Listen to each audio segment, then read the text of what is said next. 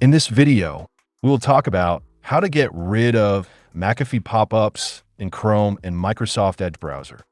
For Google Chrome, right-click and select Open. On the top right, click on three dots. Scroll it down. Select Settings. On the left, click on Privacy and Security. Scroll down, click on Site Settings. Scroll down, select Notifications. Scroll down and Allow to send notifications. Click on three dots and remove suspicious websites. For Microsoft Edge, right-click and select Open. On the top right, click on three dots. Scroll it down. Click on Settings. On the left, click on Privacy, Search and Services.